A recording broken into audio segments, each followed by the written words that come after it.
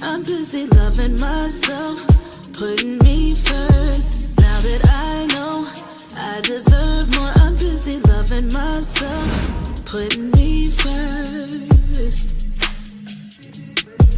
Made up my mind, I'm on my grind. My time to shine, you hit my line. I press decline, no time for that, I'm moving forward and right now. You're in my past, I've come too far to turn back now. Not going back, I see that everybody's sleeping on me. They really gotta see it to believe. What's up, y'all? It's your girl, Dr. Jamila T. Davis. And Tara Wallace. And this is I Love Me More podcast. Absolutely. How are you? I am feeling good, y'all. Today is the day. This is like our first live episode, right? Absolutely. After 19 episodes of bringing y'all that heat, we are in Newark, New Jersey. Newark, New Jersey. What's up? Where it started. Yo, we love the women of Newark, New Jersey. The way they come out and support, the way they love us back when we love on them, it's been amazing. It's definitely been amazing, y'all. So this podcast is all about healing and transformation. And it's not like we talking at y'all. We going through it with y'all. So over the last several weeks, this podcast has leveled us up. It's caused a lot of emotions, right? Some Absolutely. Good, bad, and indifferent. And challenging, extremely challenging, right? Well, we have to realize that we have to do more work. We have to continue the work while everybody else is doing the work. We haven't arrived. It's a continuous process. And Tara, I don't know if you've been through it like I've been through it, because I'm the one that then brought all my friends up on the podcast, right? Right. So that got a little bit different. It's right? a little different, so yes. Tara's removed, and she's like, okay, but I'm dead in the podcast, right? I done got all kind of calls after the podcast, the people ready to fight. This has been real serious, but it's also forced me to own my story and own my truth. And it also taught me that I can tell my story. My story I can tell. Now, I might not can't tell your story, but we can talk about my story. Right. And I'm all right with that. So it's actually forced me to level up and to really deal with some of my demons, because I got them too. I think we all do. Yeah, no, but that's where the healing is, right? It's the continuous being able to reset and deal with the problems that arise. And just because we're doing this work doesn't mean that they're not going to be problems. It just means that we know how to better handle them. We have more of a support group. We know how to be accountability partners to make sure that we're always doing the right thing. And that's real. And for me, like, I also brought my significant other on. Like, I've been just bearing all the stuff. Okay? Yes. And y'all don't know, after the cameras go off, we got to talk about what we talked about, right? So that's something else. Right. Yeah. And then it's also made me be held accountable, because sometimes we have friendships or things in our life, and then we run away from stuff because we don't want to deal with it, right? Mm-hmm. I done brought folks on the podcast. I got to deal with everything, all the emotions from 100 years ago. I got to work through that. So this has been my therapy, Tara. I don't know about you. In that respect, I got off a little bit easier. I don't know how much longer that's going to last. But just for this season, okay? Next season is on. I want your people, okay? We got to go get your peoples this time. And that's where it gets toxic. Oh, man. But you know what? I think that really shows the transparency in you, right? That it's not about, I want you to be like me or I have it all together, but look at what I'm also going through. We're all going through this together. So as our guests are sharing, as the women from the Shani Baraka Center are sharing, we are also sharing. And it just never ends. And I think that we're here and I don't want to say leading, but leading by example in a way, right? And it just never ends. But to have an accountability partner is so important in all of this. And I think that goes back to our very first live. And that was talking about we were all each other's accountability partners. So by the end of 2024, we all ended the way we started with the goals that we wanted to achieve. And I think that being here right now, it just says that we're on mark and on target to end the way we wanted to end 2024. And really just check ourselves, right? So some of the stories we have, because they're real stories, this platform is not about celebrities. This platform ain't about, It's about real people going through real things. And what I learned is that certain people's situations trigger my trauma. So I'm talking to guests, and baby, I'm in it. They telling me he hit me, and I'm ready to hit him back, and I'm getting real amped up, and I don't even realize how much of an empath I am until I watch myself back on the episodes, right? Yeah, and that's been something. And then we had one all of our episodes have done really, really good, but the Tanessa Welch's episode then went viral. And then the people started tearing me up in the comments, and I'm like, oh my God, because I'm all in, Yeah. I'm like, this is not a regular platform where we're just interviewing you and asking you questions. Right. You hitting on stuff. My trauma's triggered. We talking, we dealing together. It was really like girlfriends, right? Yeah, but there's also the other level, and we talked about this before, which is once you open yourself up to the public, things will take wings that you never realized will take wings, and you'll find yourself justifying things that really didn't matter. So it's so important for us to know exactly what we're doing so that we give it as little energy as possible and continue on with the bigger picture, which is the work. And that episode was an amazing episode, to me at the right time, because Tanisse is doing so many things. And she's also just an example of the women that we have on the show, where they have come from and where they're going and how they've turned their pain into purpose. So let's get into it. We are here live from the Robert Treat Hotel in Newark, New Jersey, where it all began. And this is our reunion episode, okay? So we are going to be bringing back some of our guests. We're going to be talking about some things. And one of the main things that we realize is folks really need another level of healing, right? So it's cool to talk to your girlfriend. It's cool to talk to mommy and daddy and them. But sometimes, sis, you need a therapist. Absolutely. So speaking of therapists, let's clap it up for our two therapists that are about to come down and have this conversation with us about therapy. So guys, when we talk about therapy, folks often get the cringes, right? Because typically in, our culture, when somebody goes to a therapist, they crazy, honey. They got issues. I don't need that. I could do this by myself. I got prayer. Prayer gonna take me there. And we really don't understand the true benefits of therapy. And for me, coming home after close to a decade of incarceration, therapy actually saved my life, because it was the place that helped me to be able to process and to, really, really get myself together. But I also understood the value of having a therapist who looks like you, who understands you, who's not talking down to you, but talking to you. So I want my next guest. Well, let's give it up for our therapist in the building. Yes. And we're going to start with you. If you could just introduce yourself and tell us a little bit about your practice and what you do. Thank you so much, Dr. Jamila. Hey, everybody. It's so good to be here. My name is Dr. Letitia. I have been in the therapy and mental health space for 26 years. I'm the founder and executive director of Great Joy Counseling and Consulting Services. We are a psychodynamic practice, and we serve folks from ages 4 on up, couples, groups, individuals.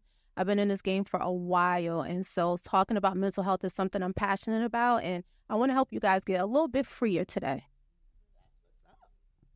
You said? Okay. Yes, hello. Hi, everyone. My name is Dr. Sheena Smith. I've been working in this field for over 15 years, from everywhere from incarcerated women to adolescents and families. I have my own practice as well. It's called Working Towards a Brighter Future. But I also do a lot of work with a place called Inspire NJ. And I'm all about healing and moving people and getting people to just be resilient, to be your resilient self, to come out of this. And so thank you for having me on here today. Absolutely. Thanks for being here. I want to ask you both a question, because, certain people are frightened of the therapist. It's so funny. You was talking to someone and she was having a great conversation with you till she found out you was a therapist, and she did the, hold up. Right? Right. Okay. So with that said, where do y'all come from? Are y'all like us? Are y'all different? Should we be scared? Let's have the conversation about who y'all are, and are y'all different from us? And so we can take that stigma out the way. I can definitely speak for myself. I come from my own history of trauma. That's what makes me a great trauma therapist. So I specialize in trauma. So I endure my own issues, right? And so a lot of times people who go through something, they want to find a way to give back. I don't know if anyone here ever took an AA group, but one of the steps is giving back, right? And so that's something that makes me so profound and make me real. I like to have a conversation. Like when the sis was out there and she was crying and she was talking and she found out I was a therapist, she was like, ooh, I said, at the end of the day, I'm your sister. Let's have this conversation. Let's start healing, right? And so I'm happy that you mentioned that. A lot of times therapists didn't look like us, right? So I was getting therapy from people that didn't look like me. So I was like, no, we gotta change this. We need more Black therapists, And so that, therapists is just like you. It's just like you. We go through our own things. I see a therapist, right? So we go through our own things, and it actually helps. It heals. It brings resiliency and power. So Sis, where you from? Oh, so I'm from Harlem, New York. But I live in Newark. So I'm from Harlem. From Harlem. So you a regular girl just like us. Regular girl just like y'all. I done went through some things. I done did some things that I'm not proud of. But, I'm in a process of changing lives and helping people to see their best self, to see your authentic you. Awesome. One of the things I'll add, though, is that I think that we have this perspective that if you see a person that looks like you, that they're for you, right? And so it's important to not just find a therapist that looks like you, but to find a therapist that speaks your language. What I mean by that is that everybody that is kinfolk is not kinfolk, right? And so you have some therapists who sit in the space of not sharing some of their own traumas or being real, right? They stay from a space of judgment, right? And I'm over here and you're over there. So anytime you have that dynamic, just like with your doctors and any other providers, move forward. People get it twisted about therapy. They'll go and have one bad experience and never go back. So we have to start really doing something different about that, right? You have gone to many medical providers and you may not have liked them, but you still go to the doctor, right? So do the same thing until you can find a person that speaks your language, that sees you, that hears you and understands you so that you can get the healing that you need. Okay? Stay the course. That's the most important piece. So how do we find the right therapist? I was just about to ask it. I'm like, you two sitting here on this couch is really like a diamond in the rough, a diamond in the rough. And to have two of you at the same time is just insane because I have been down the track of trying to find someone, but not knowing based on a Google search who I should choose, what company I should go with. And you go to their website and they have 10 therapists. You go to another, like how... If you could help navigate what that's to look like and what are some of the things that we should look at to start that process. I think the first thing is to take a look at the specializations, right? So if you need a trauma-informed therapist, that's what you're looking for, right? But here's the thing, you have to be willing to do that work. See, most often, I've been in this game, guys, for 26 years, and I will tell you, when it's time to hold up the mirror to people, people start dodging the mirror, right? Because it's easy to talk about the surface stuff. It's easy to talk about what other people did to you. But when it's time for you to be therapeutically confronted and for you to really see yourself and how you are the main character in your story, it doesn't feel so good. So oftentimes, I tell people to start with solutions-based therapists. When you are new, you need a solutions-based therapist. And you'll see that language, Tara, right? Because you need to recognize where you are and not just process where you've been. Sometimes people get very disillusioned from the therapeutic process because they are just talking about their childhood, right? And not recognizing that you also need to move things ahead. So definitely trauma-informed therapists, looking at how long they've been practicing, right? Because that matters as well. Right? Solutions-based, just using those words and understanding what it is you feel you need and what you connect with and being willing to keep going until you find that good fit. I definitely would like to say the same thing. Finding out what it is that you need. Everyone goes to therapy for different reasons. So finding out what it is that you need. Also, if you have someone that you can trust that is actually in therapy, referrals actually is a good thing as well. And also find a therapist who have connections, because a good therapist would tell you also, maybe I'm not the best one for you, but I can refer you to someone else, right? So this getting that network of individuals that you can actually converse with and build that dialogue with. But definitely find your purpose and what it is that you want to seek from therapy, how you want to heal and what is it that you want to heal, because everyone want to heal differently. So that's a good question, because a lot of us, can we admit, we don't even know what we want to heal, what we need, right? Right. So it's like you sending me to a spot to talk about ordering something, and I don't really know what's on the menu. So I want to break that thing down just a little bit further. What are the benefits of therapy? Talk to us like we don't understand, because some of us really don't understand. Why should we speak to you? What are we going to get out of it? You said solution-based. What's the solution? How are you going to help me? If I've been through something, how do you take me to the other side? What does it look like? I could go all day about this, right? Because this is so important. Here's the thing I think that is important for us to recognize in terms of what therapy is, right? Therapy is not the person doing the work for you, but it's them holding up a mirror and partnering with you so you can get to where you want to go, right? Here's the thing. We talk to our family members, right? But guess what? It's not neutral because they have skin in the game. So they're going to tell you what they feel you should do. And y'all are not going to like this, but I got to say it, right? Most of us talk to people who have the same problems that we have.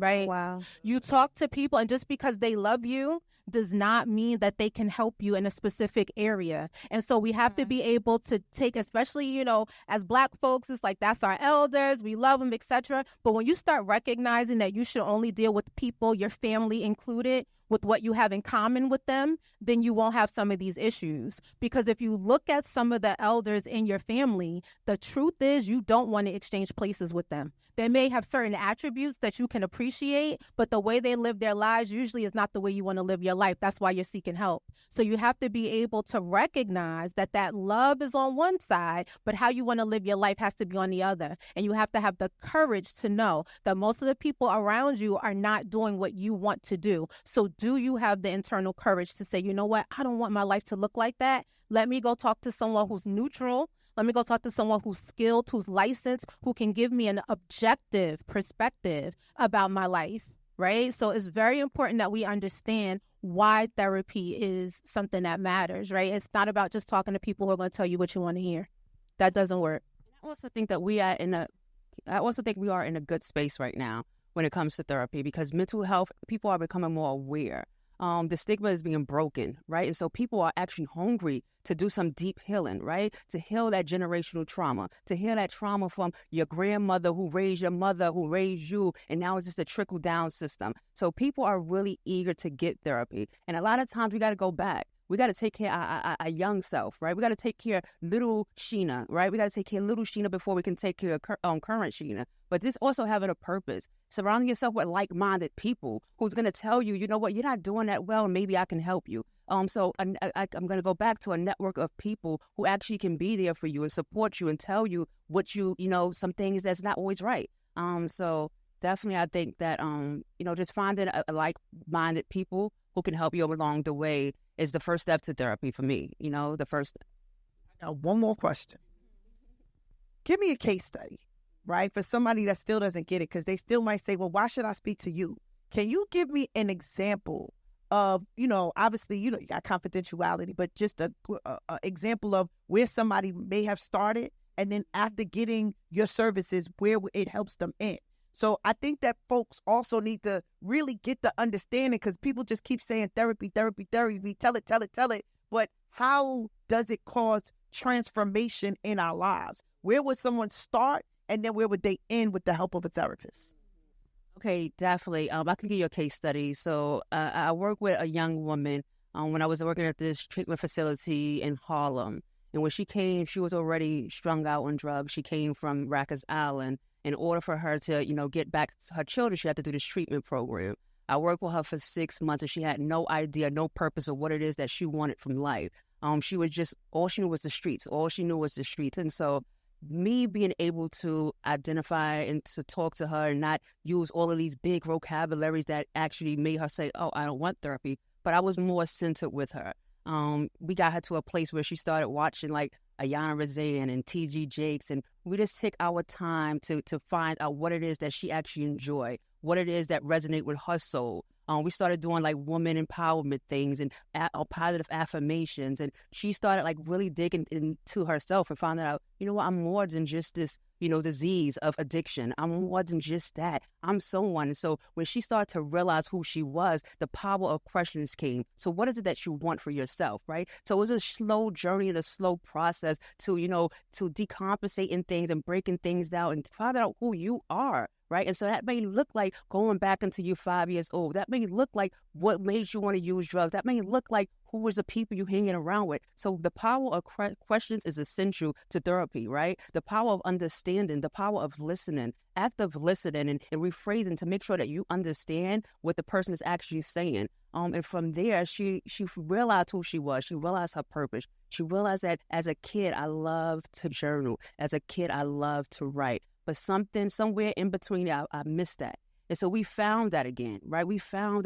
her ability to want to write, her ability for music. And she started writing. She started doing things. She started showcasing her work. And then she started feeling good about herself. And once you start doing what you love, you start feeling good about yourself, then the transformation comes. Right? And from that transformation, she was making every AA group, every NA group. She was just like she was the biggest person in there because she was feeling resilient. She was feeling happy about herself. And then she reunited with her family. She reunited with her kids. And to this day, me and her speak on social media, but we speak. And to this day, and she always said, you know what, Dr. Sheena, I appreciate everything you've done for me. And now look what I'm doing. And so I love to see her. The sky's the limit for her, right? Clap it up for her. That's dope.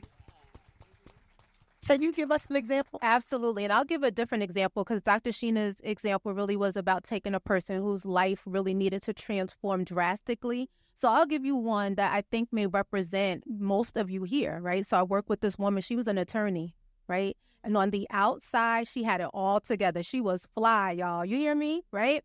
And she was successful, but she was so broken, right? She had failed relationship after failed relationship. Right? She had strained relationship with her families, right? All of her just sense of validation came from what she did professionally, and it came from all of her possessions. And she finally came to therapy, and it was hard breaking down that wall at first, right? Because it was almost like, well, I got all the things, but I had to let her understand, right, that external validation is not enough, right? You have to be anchored and be authentic. And a lot of our work was around her recognizing why her relationships were failing. It was about her recognizing what was going on in her family dynamics that needed to be healed. It was even us working on why she was such an overachiever, right? Because even that was for validation. So we really got her to a place where she got to a true place of self-love and self-worth, right? Because we really, I think, use self-esteem and self-worth interchangeably, but they do not mean the same things, right? So we can feel good and esteemed about what we do or what we have, but self-worth is about who you are. And most people struggle with who they are, right? It's not about who you are when you're around people. It's who you are when nobody's looking, right? And so I was able to help her understand to make peace with who she was when nobody was looking, okay? Wow. Well, I just want to say, I'm ready to go to therapy. I'm ready to go to therapy. I would just like to ask, for people who are raising children, right? Because a lot of this we were talking about, like childhood trauma and what they have come from. And like, can you give just some words on what parents can do to really help their children not have these traumas? Because what I found out recently was that your children could be harboring things that you don't even know are a problem. Like, how do you deal with that? Such a good question. So first thing I think for parents is to understand that you cannot parent your children based on your own emotional wounds. Okay? All right. Let me say that one more time. Okay? You cannot parent your children from your emotional wounds. So what happens is that, Tara, oftentimes you have the parents that's like, well, I didn't have this, so I'm going to make sure my child has this. But is that what your child even wants? More importantly, is it what they need, right? So oftentimes there's such a disparity because we are parenting our children based on what we didn't have, right? Another issue is that oftentimes if there are broken relationships, so divorces or, relationships that didn't work out, you have one parent that is compensating for the other parent's absence, right? And so that does not work either. So it's recognizing that your job as a parent is to teach your children who they are, right? To teach them to love God, to teach them to love others, right? And that is your responsibility. that is not always going to be something that feels good. And so I tell parents that I work with all the time, like, your child is going to be on my couch in 10 years if you don't correct some of these behaviors, because oftentimes we're so permissive because we just want our children to like us, love us, and feel good about us, and don't recognize that the world does not treat your child, okay, the way you do. And you need to understand that. Right? You know, we on social media expecting teachers and principals and coaches and mentors to be in the place of parents, and it does not work that way. It is your job to make sure that they have the tools they need to be successful adults. That is what matters, right? So bringing that home is the most important piece. Yes, I think you said it 100% correct. You said everything I would have said. The only thing is that parents also, you have to understand that you're not your child therapist also. Knowing when to go and get help for your child, right? Yeah, we have a job to parent, right? But we also have a job to realize when our child may need professional help and getting them the help that they need, connecting them with someone. And also, if you're a parent and you are struggling with parenting, it's okay for you to get help as well, to get a little guidance, right? And so that's the only thing. But I think everything you said was right on point. Yeah. Are you ready to hear what they got to say to the guests? So that was a full transparency moment for me. You know, I'm at that stage where I just don't know what else to do. You know, I try to raise my children not in what I didn't have, but what I know to be true of the world.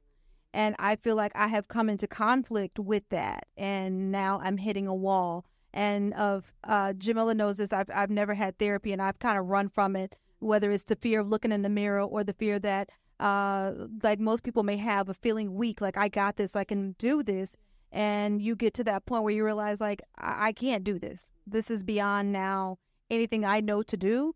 And I'm now at that point where I'm falling at the mercy of Google searches and trying to figure this out. Let me pour into you real quick, Tara, because it's important to recognize, like, you have to also give yourself a break, right? And know that parenting is about excellence, not perfection. Right? Like, you're not, listen, I'm going to tell you guys this, and I know Dr. Sheena will agree. No matter what you do for your children, they will still have an indictment against you when they're an adult. I need you to understand that. Okay? I will tell you, I have worked with people, and literally in the same day, one family, the child was upset because the mom was a stay-at-home mom, and she baked cookies and ironed clothes, and he was teased because they didn't have enough money. If she only had a job, he would be okay. Same day, had another client. The mom worked in the city making all this money. Oh, he wanted her home baking cookies and ironing clothes. So it's like, you know what? I learned in that day, right, in my own journey as a mom, that, right, your job also is not to necessarily feel that you have to make your children happy. That's their own journey, right? Your job is to provide for them. And we have to be able to say this, especially in communities of color, because we have this thing. It's like, oh, my parents did the best they could. I'm doing the best they could. Look, not everybody's doing the best they can. Look, we got to be honest. Not everybody did the best they could. So if you are, Tara, doing the best you can, your best is enough for God. So it has to be enough for you, and it will then be enough for other people. Very important. All right.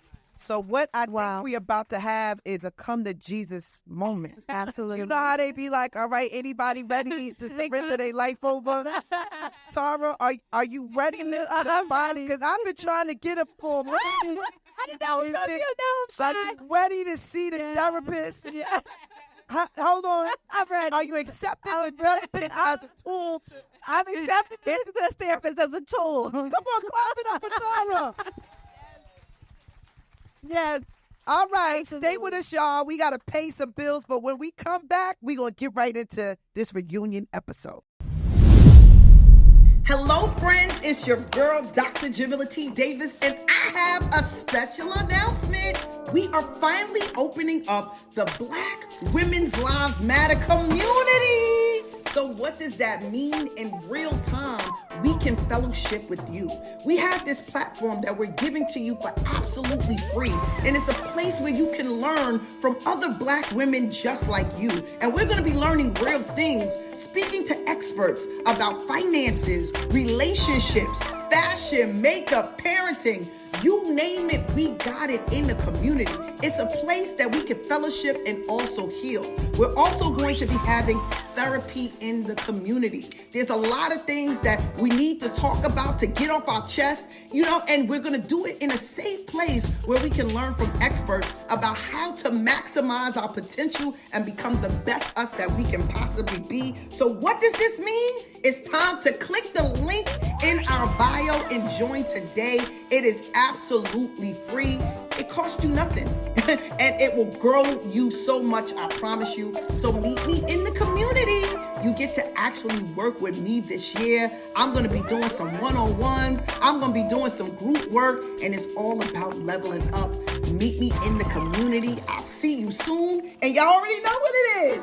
It's going down.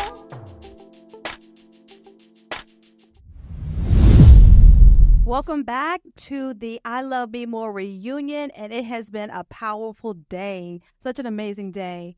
And right now we have on the stage some of the bravest women that we have talked to throughout our 19 episodes. And these women have shared so much. And one thing that we've learned is grief is real.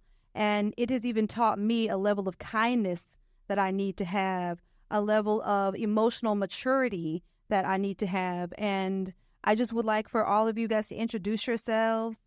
My name is Kimberly Hill. I'm the mother of 8-year-old Deshaun Hill, who was a victim of gun violence. He was shot and killed in Brooklyn, New York, November 17th, 2003. Hi, my name is Raquel Smith. I am here to share my story about my brother and my husband. They were killed 93 days apart. Hello, my name is Sonia Rogers. I'm the mother of the 3 Black young men from the city of Newark. My 3 sons were shot and killed in the city. Hi, yes, I'm Janine, the mother of Robin.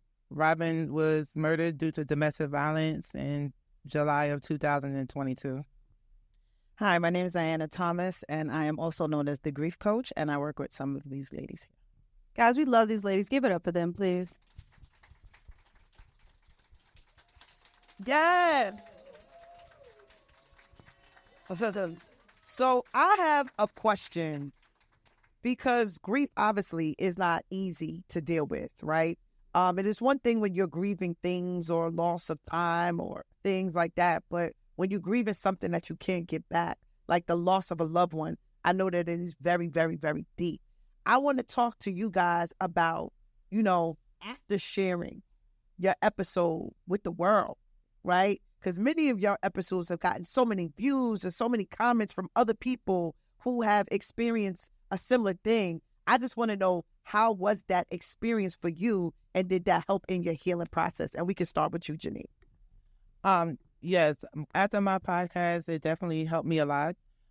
I even had someone come up to me today indicating that she just saw Robin's episode and how it helped her out a lot with her own situation. So it did make me feel good to know that, other people were looking and other people were getting something from it, because domestic violence is a real serious situation. And if you lose a child to domestic violence is rough. So to hear, that someone was touched and moved by Robin's story, I'm grateful for that. And the podcast did change me a lot. I was able to start some group sessions with Tara and some of the other young ladies at the Baraka Center, and some young ladies from the office in Queens and Brooklyn. So it definitely helped me out a lot. And also to read their book. I would definitely say, if you don't have the book, I would definitely say to get it. But it helped me out tremendously. So thank you for sharing.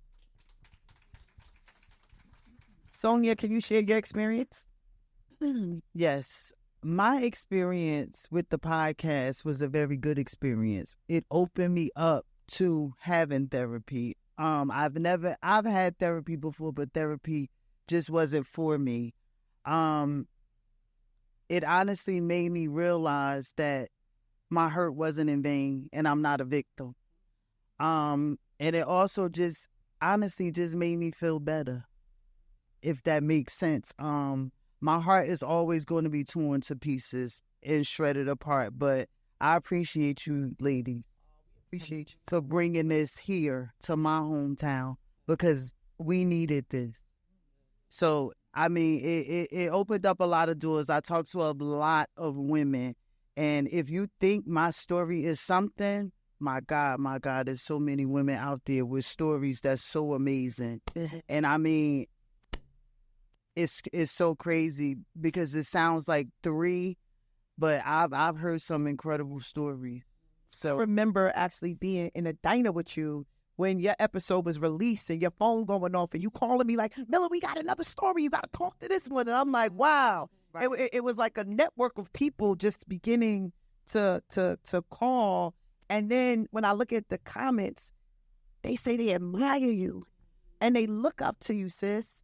And that was just like, wow, you've been through something so tragic, but through your tragedy and pain and your courage to speak about it, people are saying in the comments, you're the hero.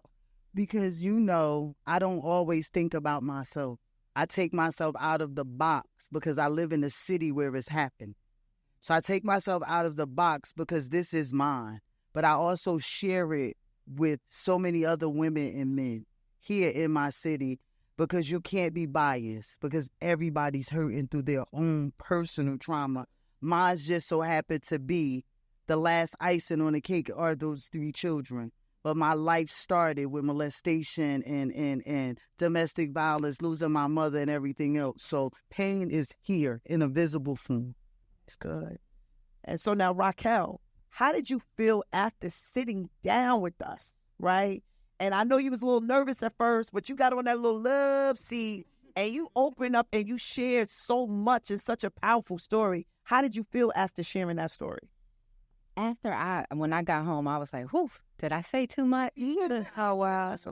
Because I have it was very uncomfortable for me because letting people get to know me intimately is not something that I'm really used to. But I felt a lot better about it because people look at me and they be like, you so strong. And I'm like, I don't want to be strong. Don't tell me that. And then I was put up for the first time. I was like, you know what? I am strong. Wow. I am. I've been through the trenches and I came out. So, strong is not a trigger. I wear it. It's a badge of honor for me now. Being strong and being able to raise my kids and be a support system for my family. I don't look at strength as a weakness anymore. Clap it up for her. And Kimberly, my sister, someone who is dear to my soul. So talk to us just about, I just met you, which is so crazy. And I feel like I've known you forever because it was pretty much October of last year, right? So we going on a little over 6-7 months or so, right? So how has it been for you after coming forward, sharing your story, writing a book now, and going out to empower the world through your son's story? Talk to us about that and your experience.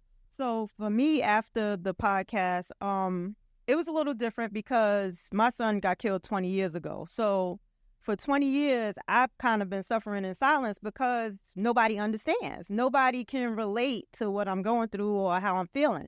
And then after the podcast and with the group that we have on Tuesdays, I met these ladies and seeing their stories and stuff like that and knowing that as people out there that can relate to what I'm going through and that feels the same kind of hurt that I'm feeling. So I just felt the need to be able to reach out to them and build a sisterhood with them so that we can talk to each other about what we're going through and what we're feeling because we understand each other and we all experience that pain. So that's where I'm at with it. But after the show, actually, I had a couple of, I thought I was healed. I thought I was good. I had a couple of breakdowns after that and, it brought back a lot. So I was going through it for a while, but I'm back on track. I've been seeing my therapist and stuff like that. So it's been good, but it's been a blessing because I have my community here. I got my little sister circle and we keep in touch with each other. We text each other all the time. We make sure each other's good. If we don't hear from each other, we on that phone texting every day. You good? I'm just checking on you. I wrote down anniversaries and birthdays, and we look out for the other day. It was my daughter's anniversary of her death because I lost 2 children. And Janine texts me, I'm just checking on you to make sure you're all right. I know what today is. So we just kind of keep in touch, and we kind of try to be there for each other. Yeah. When you embark on a new journey, you don't know what it's going to bring, right? So when we decided to do this podcast, especially in a world where everybody has a podcast, right? All you need is a phone that records. For me, it got real and it became clear what we were doing when you ladies sat on the couch. So much so, I was like, I don't even know if I can be a part of this. But it is the love that you share, Kim. You will call and text me. It is Sonia. We talk and text. We talk after the Shawnee Center. And what ends up happening is for these women to still have space to love on other people, it is so gracious. Your kindness.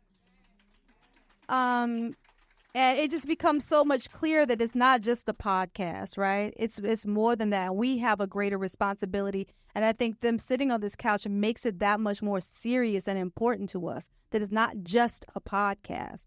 And I mean, I've just learned so much more, and I love all of you so much. Definitely. And I'm about to get emotional. I got to hold myself. So I'm like, okay, hold on. Because we start really seeing God's hand, right, all over our lives. And this is like a divine appointment. I'm about to get chills because it's 360. We have Flo Johnson in the audience, right? Flo is actually how I ended up in Newark, New Jersey. She DM'd me one day. I said I was never coming to New Jersey. I was not interested. I was back in New York. The New Jersey locked me up for 12 and a half years. God bless New Jersey. And I'm not coming back across the bridge. And I got this DM from this stranger who hit me and said, I need you to come speak to my students. And now I'm going to make everybody in this audience cringe because it just hit me. She called me and she said, I need you to come meet me. It was like the next day. And guess where we met at? At the Robin Treat. Oh, wow. Wow. Wow. God. Look at where we at right now, sis. Where we at? The Robin Treat. Right in a lot. Remember we met Akbar Cook and you? And Akbar done snuck me into school and figured it out. They done got me over here in Newark. And then I met Mayor Baraka, such a beautiful soul who trusted and believed in us and who introduced me to now Deputy Mayor Keisha Uri. And then I called Tara and Tara came over and we're here. And then when y'all was talking about that sister circle, that's a real thing, right? And that's the way people heal. Therapists was talking about therapy. A part of therapy is sister circles, right? These ladies is not playing. They really call and text each other in the community. This is a thing. And they're healing, right, through the sister circle. So I'm just looking at the divine hand of God and how it's coming back 360. So I just know that we have a place. And y'all story, y'all life, and your pain is not in vain. God has a plan. I believe that does. So now speaking about healing, let's get to our grief counselor today, Ayana. Ayana, would you introduce yourself and just talk to us a little bit about grief and healing through grief? Hey guys, my name is Diana Thomas. I'm the grief coach. I am a grief and bereavement counselor. I've met these ladies, wonderful, wonderful women, through Jamila. And yes, we all have a chat and we do speak, and they give me life. I became a grief counselor because on my return home from prison, as we're trying to fix our life and get things together, there are things that, not just losing my time, but losing so many other things along the way that I didn't adjust. And no matter how we're fighting to be better and gain back and get it together, we have to adjust. And in that place of adjustment, sometimes we forget that we have some things that we lost that we need to grieve and let go. And I realized on my journey, I was divorced. I became a single mom. I was homeless after prison. And then I found the man that I prayed for in Danbury, Connecticut. And then God would lend me him for 4 wonderful years, and he would pass away of cancer. So there I go, lost, not only in my return, but in my personal happiness and my personal growth and my personal development and in your intimate spaces, right? And I lose my best friend. And I couldn't figure out what was happening with my social life, my professional life. I just couldn't get it together because the grief was so heavy. I had to figure out who I was again. Everything about life, because grief is messy. We can sit here today and have this conversation, but nobody sees when you're behind the door and what that looks like when you have no one and when you can't pick it up or get it together, get to the shower, brush your damn teeth. Like, it is complicated. And I realized that I need to sit in this space because I have so much understanding for what that looks like to support women like me, because I needed to find me one day. I needed me one day and I couldn't find me, right? I couldn't find me, even though there's therapists and they're wonderful. But I'm like, I'm a widow at 38. How do I walk this? And I didn't really have that. It's if you lose a child, like, how do you walk that, right? It's very complicated. So I wanted to hold space and a safe space for women that look like me. And this is why I do the work that I do. Can you tell us about the Ayana method? So as learning, grief is a little outdated. The information that they provide to me, it's a little outdated. So I came up with this Ayana's grief method and the way that I acknowledge what has happened to me. And I take time to yield, which is really, really self-care, which Jamila and them are providing here for us to, like, love on ourselves and to have access to people like me and therapists and stuff, have access to people that can support you. And this is my name. And N is for the navigation. You need, in that place, you need to navigate grief. It's not something that you ever get over. There is no end goal in grief. Grief is something that you must journey. It's continual. It comes up in your mind at odd places, smells, tastes. It's continual. So you need tools in your toolbox, like a handyman, so that you can pull out to utilize so that you can support yourself through this process. So, and then it's acknowledgement. Was it acknowledgement at the end? Yeah. So that we can say that I am not okay. And it's okay to not be okay. Wrap it up. So I want to just get those steps again, because you broke it. The first time I ever heard it, I was like, wow. So the A is acknowledgement. Okay. The Y is to yield, to take time for self-care. So while we're grieving, the last thing we kind of do is think about ourselves. All we are consumed with is pain. I just said I couldn't even brush my teeth. Because when people leave you after the whole thing is over, all you sit with is yourself in pain, and it's very messy. It is messy. Yeah. I don't think there's a word that could really describe what that feels like. So I use messy. Some people say rough. And then drinking coffee was my thing. So you have to find simple things. To sit with a cup of coffee, that means I could, because you're not eating all the time. People are not saying that. You're really not drinking. You're not even wanting to have good personal hygiene for some of us, right? We're down at the bottom, right? So drinking coffee was my thing. So I gave that to myself for self-care. Don't talk to me.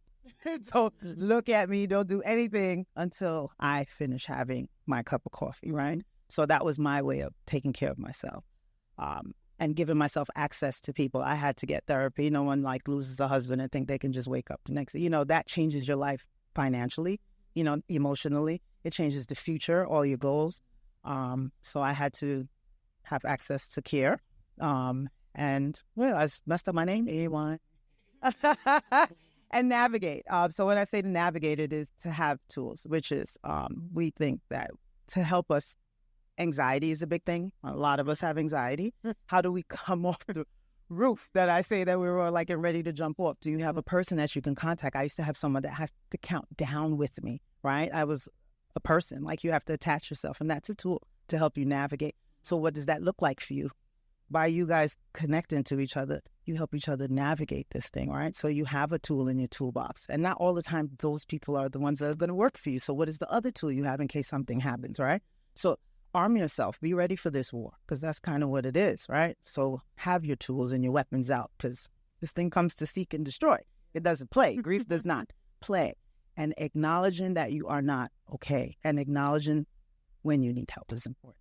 That's good. That's good. So I just want to ask you guys each, what's the takeaway for somebody that's hurting and grieving? How do you get through it? Everybody looks at y'all. They say that you're the strongest people in the world. Everybody said the same thing. What is your secret? What is the thing you could do? Could you look out in our audience and talk to someone who's grieving right now and give them a word of advice? Well, I would say just allow yourself to go through the motions. Like when you're sad, allow yourself to cry. When you happy, allow yourself to be happy. Because a lot of people looked at me and was like, oh, she's smiling in pictures and stuff like that, and she just lost her son. But just because at that moment I was able to smile, it doesn't mean that I was happy that my son was gone. It was just a moment.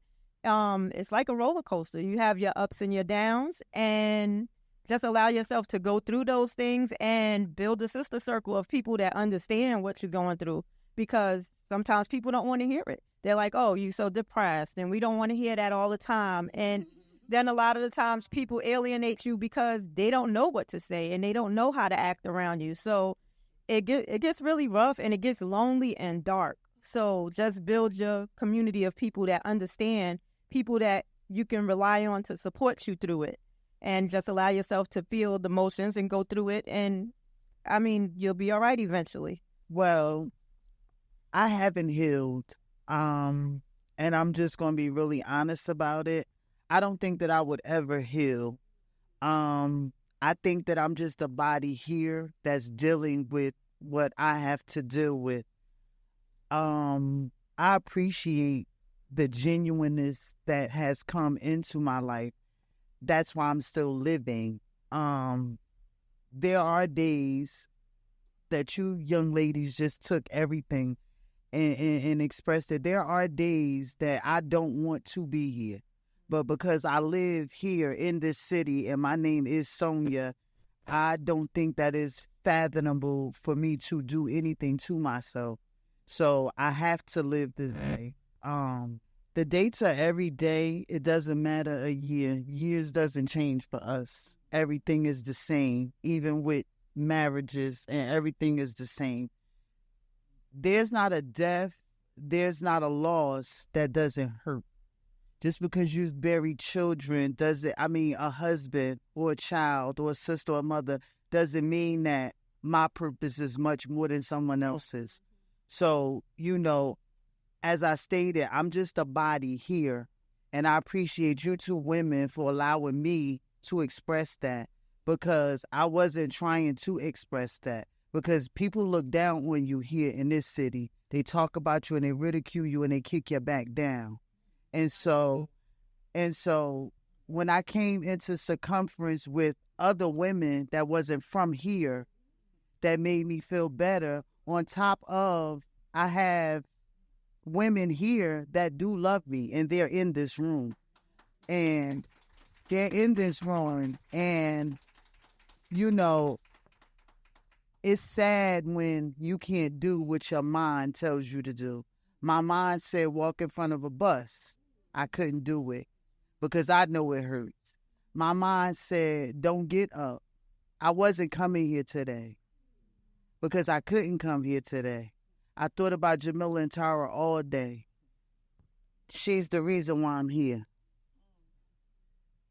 They're the reason why I'm here. I couldn't get up today because May the 31st, my son got shot.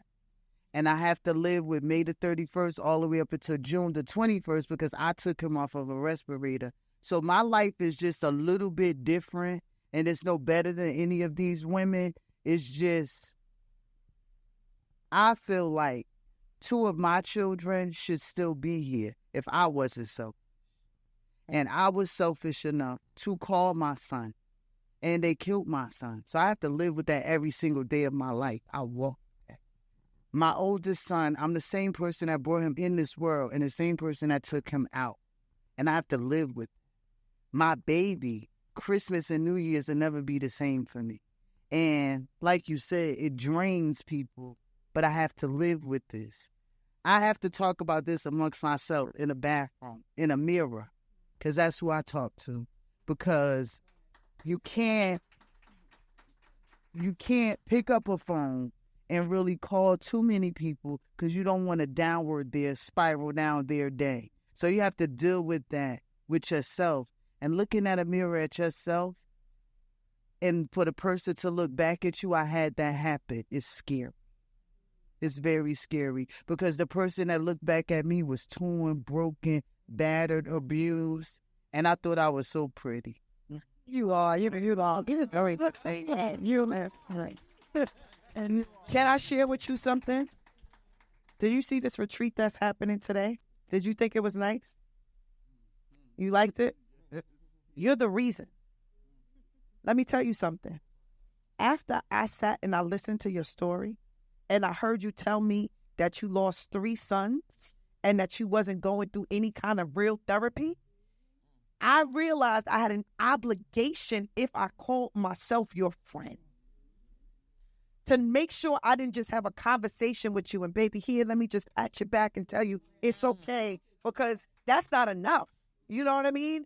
And I just want to ask one of our therapists that are sitting in the audience, we're just going to veer off a little bit. What do you say to a Sonia? Have you seen somebody get through the loss of 3 children without therapy? What does she need? And what perhaps could the healing process be? And one of you guys could come and speak. You're hearing a woman who's saying she feels like she's possibly wants to jump in front of a bus. She's saying that she doesn't really even want to get up anymore. What is the process of her healing? What will it look like? And how can we give her some help? No matter what you feel, and if you feel like it's your fault, it's not your fault, Sonia. I just want to hold you, and I want to give you a hug.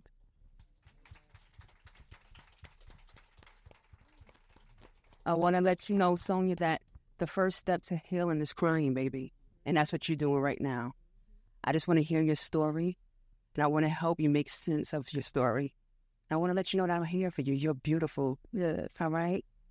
Tomorrow is a better day. If that day doesn't seem better, the day after that is better. It get better with time. See, it does. Get better with time. We need you. That's what's up. So I know, Sonia, you often talk about you don't want to burden people, but you need a therapist. Hold on, sis. I want you to stay right here beside me because we need you.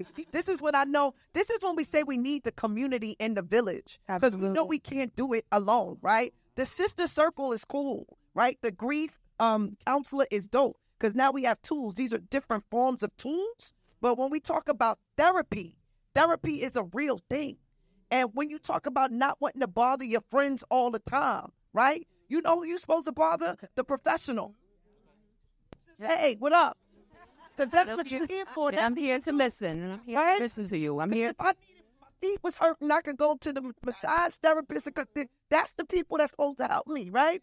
You need the same kind of tool so you'll no longer feel like you're burdening people. Because she even does it to me. Sis, I'm sorry to call. Please don't feel sorry to call. Please call me.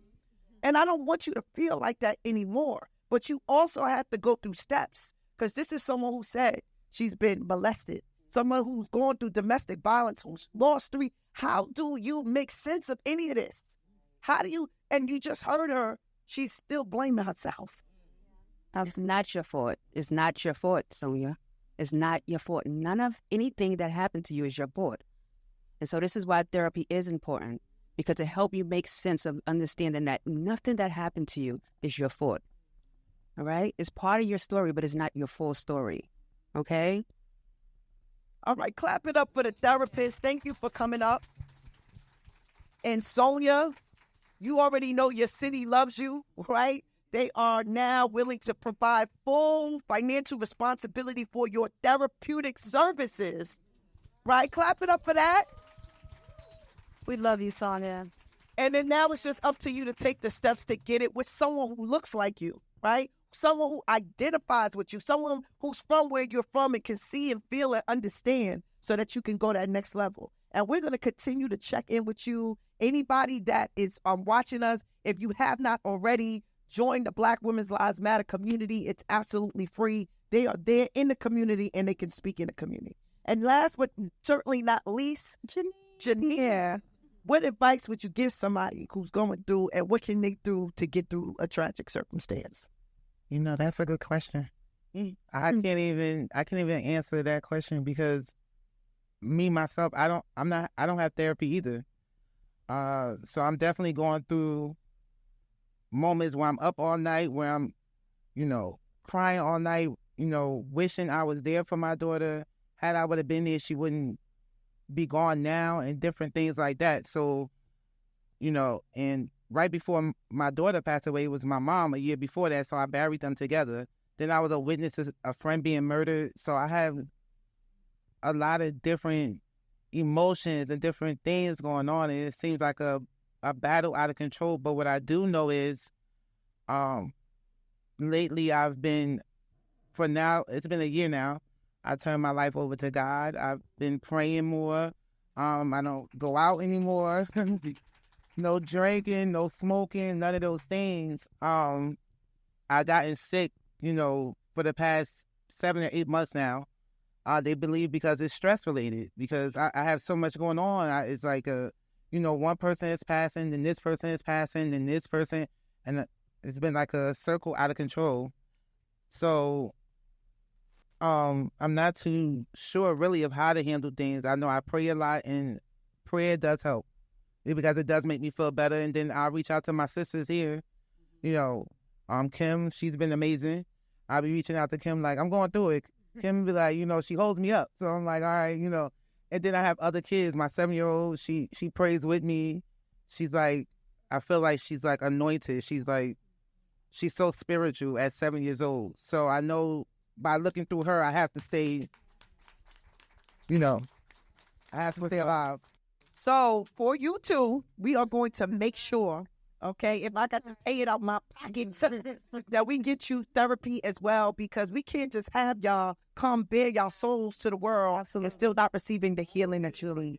So It's a responsibility. exactly. All right, so we're going to wrap up this segment. We just want to let each and every one of you guys know that we love you. We want our viewers to also know that you are not alone in your grief. And we're going to continue to talk about this. We're going to continue to have some sessions with the therapist so you guys can see what it is to heal. And what you taught me today is that grief is not something that you can just get over. You told me it's a journey that we navigate through, and we need the necessary tools to make sure that we get through it effectively. So thank you, guys. Clap it up for them. So, guys, as you guys know, this is our reunion episode. So we have some surprises, and one of our surprises is coming from one of our sisters, Sister KK. She actually facilitates our after chat that we have every Tuesday night at this Prince Joshua Avita Center in Brooklyn, New York. So let's give it up for our sister, Sister KK. All right, so we're going to start it off like this. Hotep, everybody. Hotep is an African greeting. It can mean hello, goodbye, but it's something that we do at Man Up, and I want to give a shout-out to my sisters at Man Up. Where y'all at? And we're going to loosen up just a little bit because we just heard some deep stuff that moved all of us. And so I'm just going to do a sound and repeat. Y'all with me? I love myself. My whole entire self. From the color of my skin to my soul energy. I do my dance like, I do my dance like, I do my dance like, I do my dance like. All right, we're going to jump into this poetry real quick.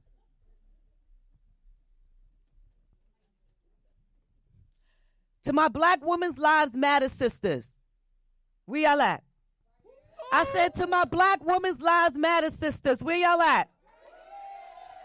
Embarking on a I Love Me More journey as we gather together hand in hand to break free from toxic ties that bind. With courage, strength, we take our stand. Step 1, toxicity recognized and known. Step 2, envision a healthy love grown. Boundaries and values we assess and align. Assertive communication, our voices intertwine.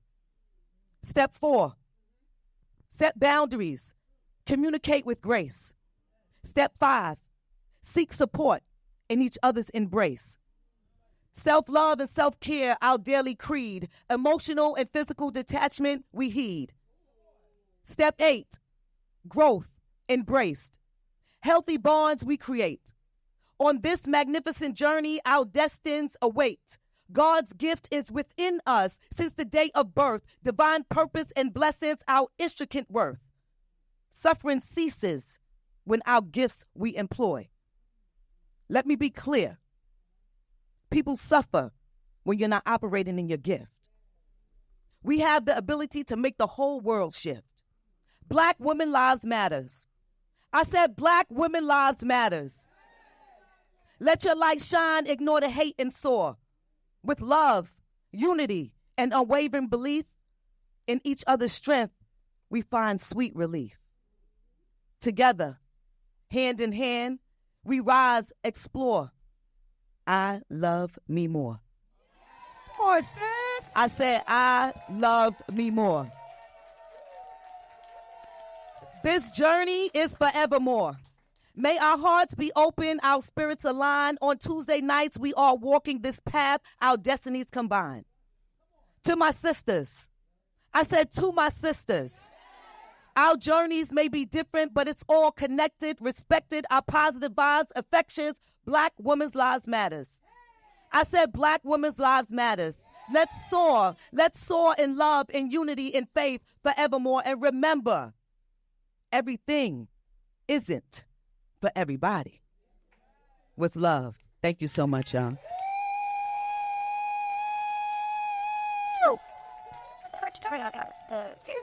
So please support. The poetry book is here. You can follow me like we following everybody else. KY Angelic. Let's support and do what we do. And Brooklyn is in the building. Give it up for Sister KK. Woo! I'm busy loving myself, putting me first.